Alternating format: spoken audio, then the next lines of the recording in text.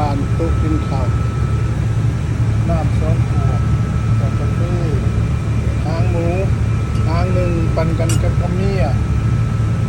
เนี่ยเหตุการณ์กลางเว้นเพราะเหตุการณ์กลางคืนตู้นั่นไปนุ่นทำทรมานพี่น้องเมืองลาวหมู่คู่ที่เมืองลาวว่าหังมีเป็นดีแต่แท้มาเมืองนอกสนุกทุกสบายมันเกิดก็เกิดหัวเล็กนักบนนักยางบนขึ้นจนขาลอยรุ่นเสากินหางหมู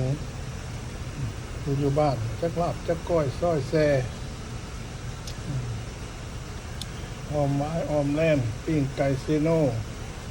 อยู่พี่มันดูความทรมานโมเมนต์ว่าเอาโมเมนต์เฮ็ดเอาต้องแพ้ข้าวเจ้า2-3 บวงประหยัดซ้ำนี้ก็พอมีเงินซื้อปีย่นมายามพี่น้องเมืองลาวคุยเด้อผมห้องงานไม่โอเคเจ้านายดีหัวหน้าก็ดีโอเคเราจะพอกันใหม่เนาะรอบหน้า